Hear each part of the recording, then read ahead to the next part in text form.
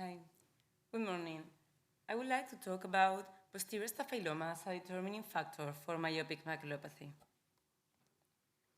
Axial length has been frequently proposed as a key factor in the development of myopic maculopathy, and even used as part of the definition of pathologic myopia. But is the axial length the main risk factor for the development of myopic maculopathy? I would like to show you some examples that made us think about this. Here we can see this high myopic eye with an axial length of 30.6 millimeters and a really good visual acuity. But on the other hand, this other eye, practically same AL, but a big difference in visual acuity. Likewise, this other case, AL of 31.6 millimeters and a fair visual acuity. And on the other hand, this other eye, same AL, and a very low visual acuity. And what was the difference between these eyes?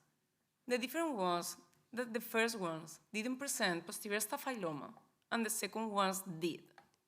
So the aim of our study was to determine the influence of posterior staphyloma on the development and severity of myopic maculopathy.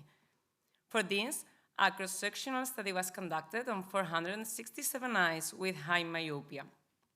The main variable was the presence of posterior staphyloma, and eyes with and without posterior staphyloma were compared.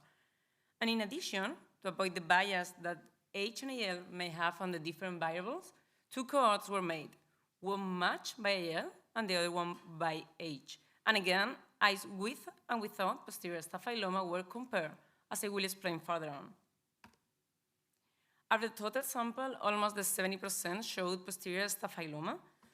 And when comparing eyes with and without staphyloma, those eyes with posterior staphyloma were older, showed higher AL, worse visual acuity, higher scores in atrophic, tractional, and neovascular components, and a higher prevalence of severe pathologic myopia.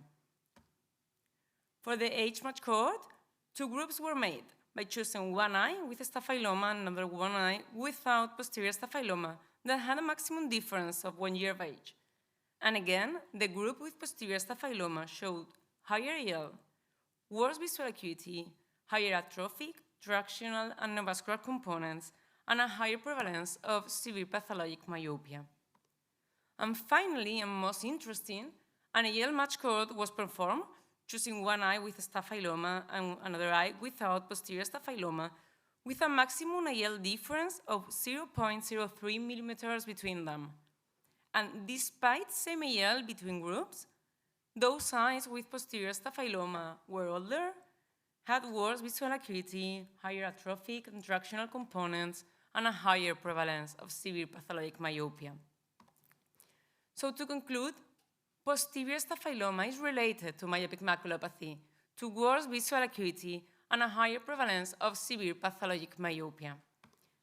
Thank you very much for your attention, and I would like to thank all the team that is behind this. If anyone is further interested, this work has been published a few months ago in American Journal. Thank you. Thank you very much. We don't have mic neither. So we're gonna go on with the